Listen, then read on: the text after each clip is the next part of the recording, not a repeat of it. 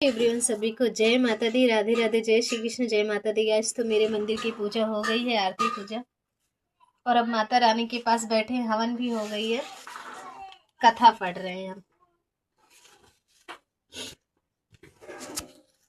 आप लोगों को भी सुनाते हैं नवरात्रि व्रत कथा। ठीक है, दुर्गा व्रत कथा लिखा है इसमें।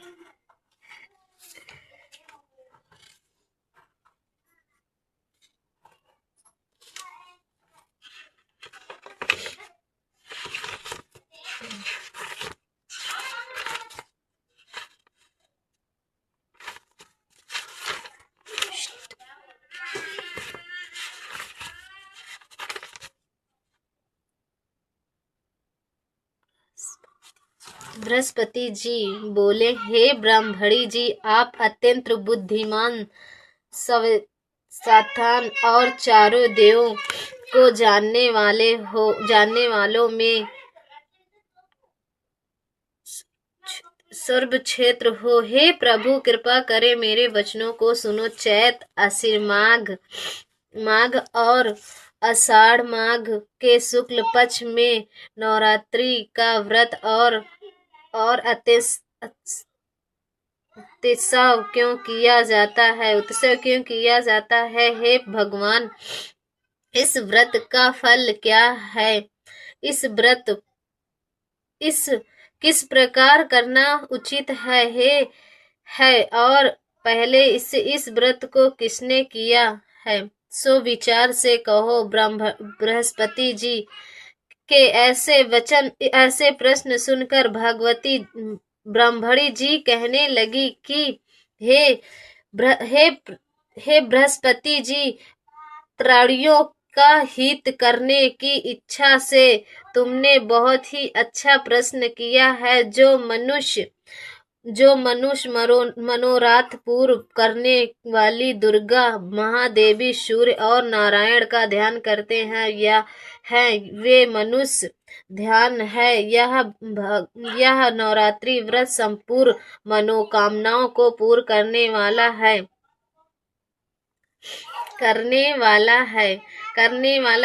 इसके करने से पुत्र चाहने वाले को पुत्र, धन चाहने वाले को धन, विधि चाहने वाले को विधि और सुख चाहने वाले को सुख मिलता है। इस व्रत को करने से रोगी मनुष्य का रोग दूर हो जाता है और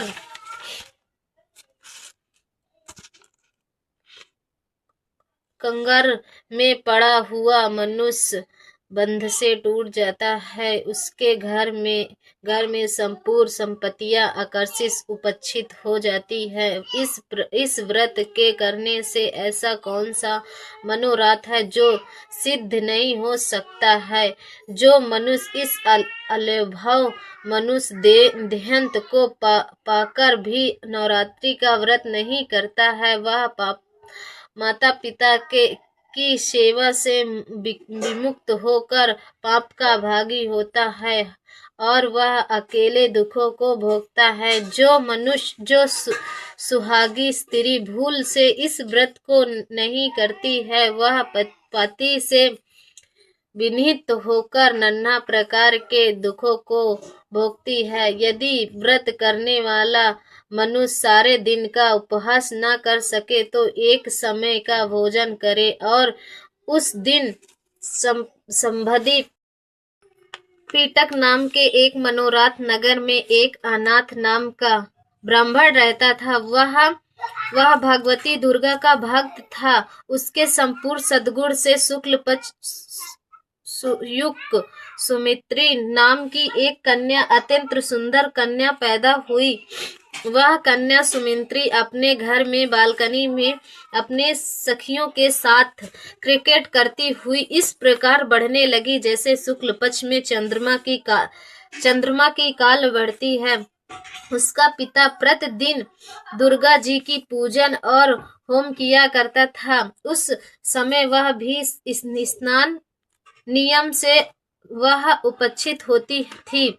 एक दिन वह सुमित्री अपने सखियों के साथ खेलने में लग गई और भगवती दुर्गा की पूजन में उपस्थित नहीं हुई। उसके पिता को पुत्री की ऐसी अवसावधानिक देखकर क्रोध आया और पुत्री से कहने लगा कि हे पुत्री, आज प्रभात में तुम्हें भगवती का पूजन नहीं किया, इस कारण मैं किसी कोढ़ी और अध्यंत मनुष्य के साथ तेरा विवाह करूंगा।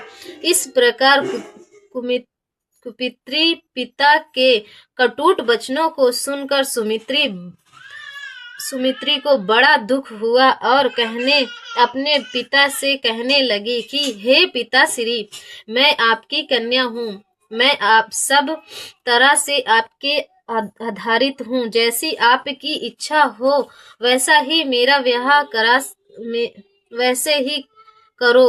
राजा, रोगी, कोढ़ी अथवा और किसी के साथ जैसी तुम्हारी इच्छा हो मेरा विवाह कर सकते हो। होगा वही जो भाग में लिखा है। मनुष्य ने जाने कितने मनोरथ का चित्रण करते हैं, पर होता है वही जो भाग में लिखा है। विधाता ने लिखा है, जो जैसा करता है उसका फल भी वैसा कर्म के अनुसार ही मिलता है। क्योंकि कर्म करना मनुष्य के अधीन है, फल देना फल देव के अधीन है। जैसी अग्नि में पड़े हुए तो उसको अधिक प्रति कर देते हैं, इसी तरह अपनी कन्या के वचन सुनकर ब्राह्मण को और अधिक क्रोध आया। तब उसने अपनी कन्या को विदा कर कोढ़ी से करा दिया और अत्यंत क्रोध होकर पुत्री से कहने लगा कि जाओ जल्दी जाओ, अपने कर्म का फल भोगो और देखो भाग भरोसे क्या कर सकती हो। इस प्रकार से कहे हुए पिता के कटुट वचनों को सुनकर सुमित्री अपने मन में विचार करती हुई अपने पति के साथ वन को चली गई और दोस्तों दोपहर के बज रहे हैं 12 और अब मैं जा रही हूँ दुकान का माल रेडी करने के लिए, क्योंकि चाउमीन के कस्टमर आ चुके हैं। खाली चम्मच नहीं था और दुकान में बहुत सारी सामान नहीं थी, तो दीदी लेने गई हैं सौदा।